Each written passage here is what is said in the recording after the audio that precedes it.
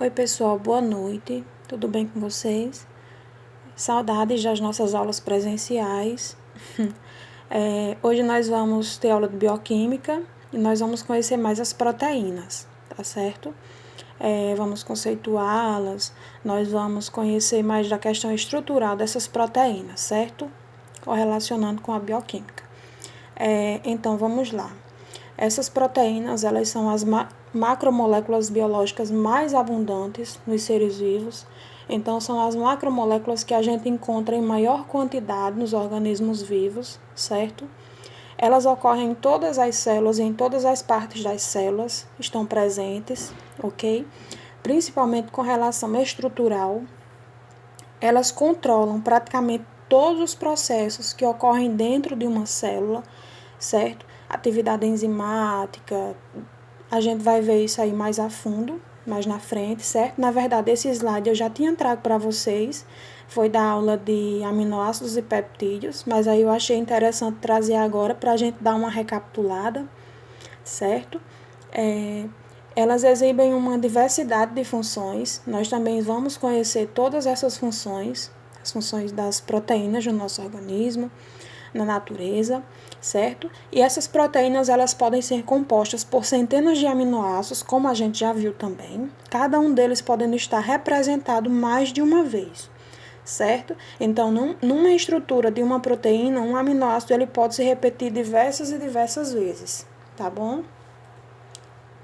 E lembrando que para se tornar uma proteína, essa molécula de aminoácidos tem que ter a partir de 20 aminoácidos, certo? Vocês lembram disso, né? Da nossa aula passada. Relembrando, né? São aminoácidos, eles são as unidades, né? Monômeros, na verdade, responsáveis pela formação das proteínas, que são as macromoléculas, certo? Composta por carbono, hidrogênio, oxigênio e nitrogênio. Então, são essas quatro substâncias, esses quatro compostos que tem na molécula de um aminoácido, certo? E peptídeo, que são os peptídeos? São quando duas moléculas de aminoácidos podem ser ligadas de modo covalente por meio de uma ligação amida substituída, né? Que a gente chama de ligação peptídica, a fim de produzir um dipeptídeo, né? Como a gente pode ver aqui, ó. Vou mostrar aqui, apontar para vocês. Então, essa ligação aqui a gente conhece por ligação peptídica, certo? Aqui é um peptídeo, aqui outro peptídeo, né? E forma o dipeptídeo, ó, a fim de produzir um dipeptídeo, tá ok? E aqui, ó, uma molécula de aminoácido, como vocês podem ver, como a gente viu também na nossa última aula, né? Tem o grupo carboxila, o grupo amina, o carbono central, o hidrogênio e a cadeia lateral R, né, que vai definir qual é o tipo desse aminoácido. Que aminoácido será esse? Então, com relação às funções biológicas das proteínas, né? Inicialmente elas têm função enzimática, né? Porque elas são um grupo de proteínas mais variado e especializado. Porque toda enzima, ela tem função ela é uma proteína, na verdade, certo? Com atividade catalítica, de quebra, não consumidas durante a reação que catalisam. Exemplo, amilase, tripsina, ok? Elas têm função também de transporte, elas funcionam como transportadoras, ligam-se a íons ou moléculas específicas as quais são transportados de um órgão para outro, certo? No caso, a hemoglobina nos eritrócitos, as lipoproteínas no plasma sanguíneo, certo?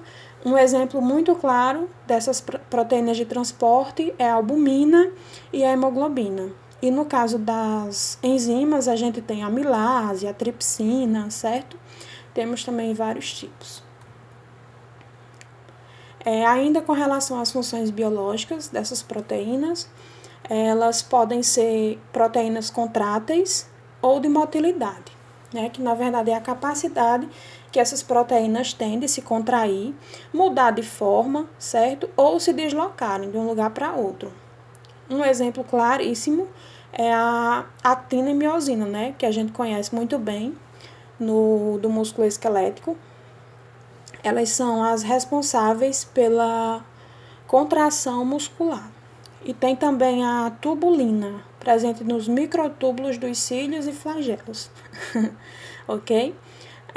As proteínas estruturais, que têm função estrutural, elas fornecem filamentos de suporte, lâminas para proteção ou resistência a estruturas biológicas, como é o exemplo que a gente ouve falar bastante, né, que é o colágeno, o principal componente que se tem em cartilagens, tendões, ok?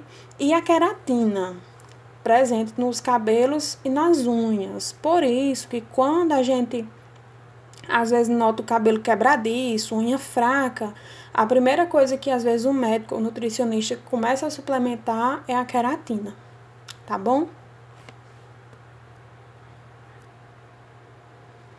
Aí nós temos também as proteínas de defesa, certo? Que são as imunoglobulinas e os anticorpos responsáveis pelo nosso sistema imunológico, certo? Elas são sintetizadas pelos linfócitos para reconhecer, precipitar ou neutralizar invasores, né? Aqueles que a gente considera como corpo estranho, invasores, pode ser um vírus, uma bactéria, ou seja, então a principal função delas é neutralizar esses invasores no nosso organismo, certo? O fibrinogênio também, a trombina, responsáveis pela coagulação sanguínea, previne a perca de sangue, né? Casos de hemorragias. Temos as proteínas com função de reguladoras.